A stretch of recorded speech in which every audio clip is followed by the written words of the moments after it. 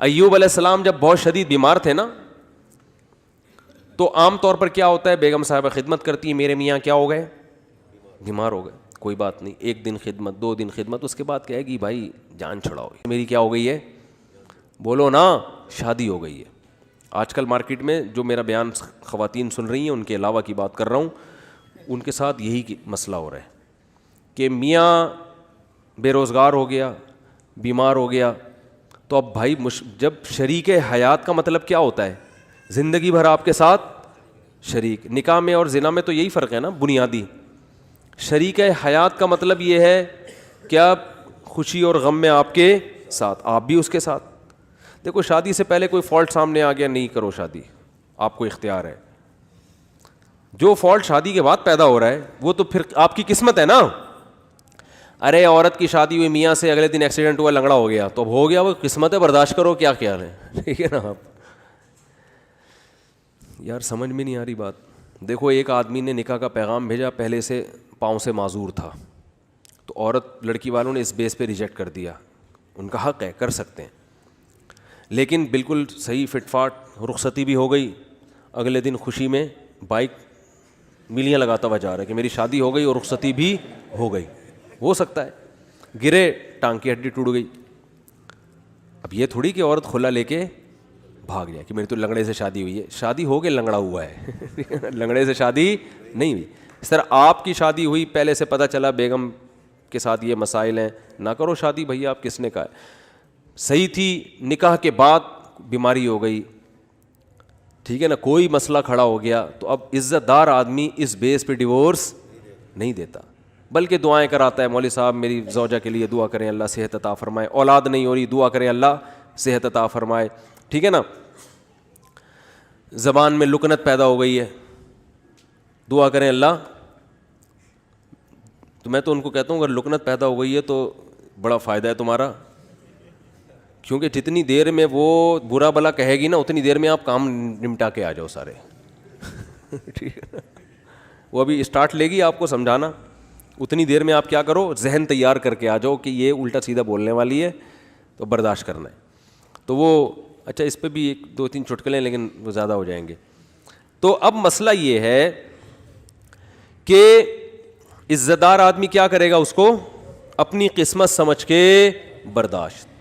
ہاں اختیاری فالٹ ہے تو ایک الگ بات ہے نا, قدرتی فالٹ نہیں ہوا بلکہ اپنے اختیار سے کچھ غلط کر رہی ہو تو ایک الگ بات ہے. بھئی یہ تو قدرت کی طرف سے, اس کی ٹانگ ٹوٹ گئی, اس کو لکوا ہو گیا, اس کو فالج ہو گیا. تو آج تک یہی ہوتا آ رہا ہے, ہم نے دیکھا ہے بیوی کو فالج ہو گیا تو مرد اب اس کو رکھ رہا ہے, بھائی اس کی خدمت کر رہا ہے, علاج کر رہا ہے, لوگوں سے دعا کروا رہا ہے, یار میری بیگم کے لیے دعا کرو. ایسے موقع پہ عزت دار آدمی طلاق نہیں دیتا, وہ کہتا ہے بھائی اب برداشت کرو یار, میری قسمت ہے. تو عورت بھی برداشت کرتی تھی پہلے زمانے میں, آدمی بھی برداشت کرتا تھا. اب دونوں نے برداشت کرنا چھوڑ دیا ہے. کیوں؟ دنیا ہی کو اصل بنا لیا ہے.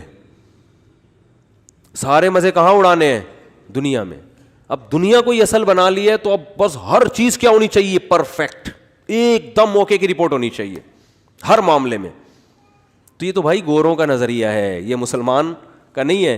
تو میں ایوب علیہ السلام کا بتا رہا تھا کہ وہ شدید بیماری میں, وہ بیماری کیا تھی اس کا تفسیر میں کوئی ذکر نہیں ملتا نہ حدیث میں, بس کوئی بہت سخت بیماری تھی جس میں بہت طویل عرصے مبتلا رہے ہیں.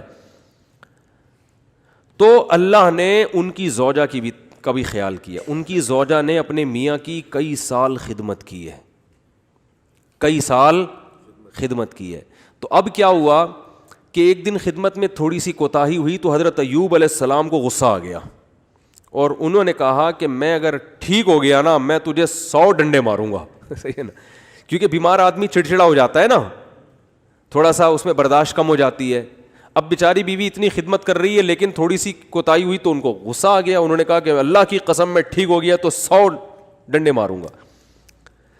تو اللہ نے ٹھیک کر دیا. اب پیغمبر پریشان کہ اتنی نیک بیوی جس نے اتنی خدمت کی, وہ کہ اس کو 100 ڈنڈے ماروں گا, تو بولے کہ ٹھیک نہ ہوتے تو ہی اچھا تھا بھائی, ٹھیک ہے نا.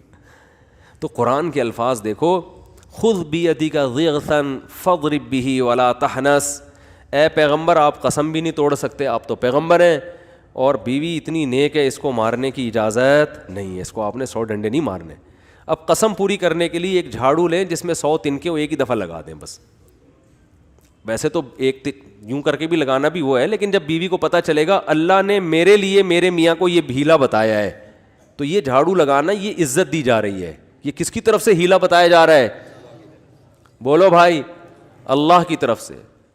تو بیوی کو مارنا کوئی اچھا کام تو نہیں ہے نا اسلام میں. تو اللہ نے ایک نیک بیوی کو بچانے کے لیے ان کو ہیلا بتا دیا کہ بھائی ایک جھاڑو میں 100 تنکے لو, ایک ہی دفعہ میں لگا دو تو گویا 100 کوڑے لگ گئے. تو قسم بھی پوری ہو گئی, بیوی بچ گئی. تو یہ اللہ نے حضرت ایوب علیہ السلام کی وائف کو, ان کی زوجہ کو, ان کی اہلیہ کو اتنا پروٹوکول کیوں دیا کہ قرآن میں ان کا تذکرہ بھی کر دیا. یہ شوہر کی خدمت کی وجہ سے, شوہر کے ساتھ وفا کی وجہ سے. یاد رکھو آج عورتیں اپنے شوہر کی طرف سے جن آزمائشوں میں ہیں, جو قدرتی آزمائشیں, جو قدرت کی طرف, بے روزگاری اللہ کی طرف سے ہو جاتی ہے نا بھائی. میاں کا روزگار چھوٹ گیا, یہ تو اللہ ہے جس کو چاہتا ہے رزق کشادہ دیتا ہے, جس کی چاہتا ہے روزی بند کر دیتا ہے. وہ بیچارہ اپنی طرف سے محنت کر رہا ہے لیکن بے روزگار ہو گیا, نئی کاروبار حرکت میں آ رہا, تو یہ اللہ کی طرف سے ہے. خود سے نالائق ہو تو ایک الگ بات ہے, اللہ کی طرف سے جو آزمائشیں میاں پہ آئیں تو عورت کو چاہیے ان آزمائشوں میں اس کا ساتھ دے, اسے ذہنی ٹارچر نہ کرے.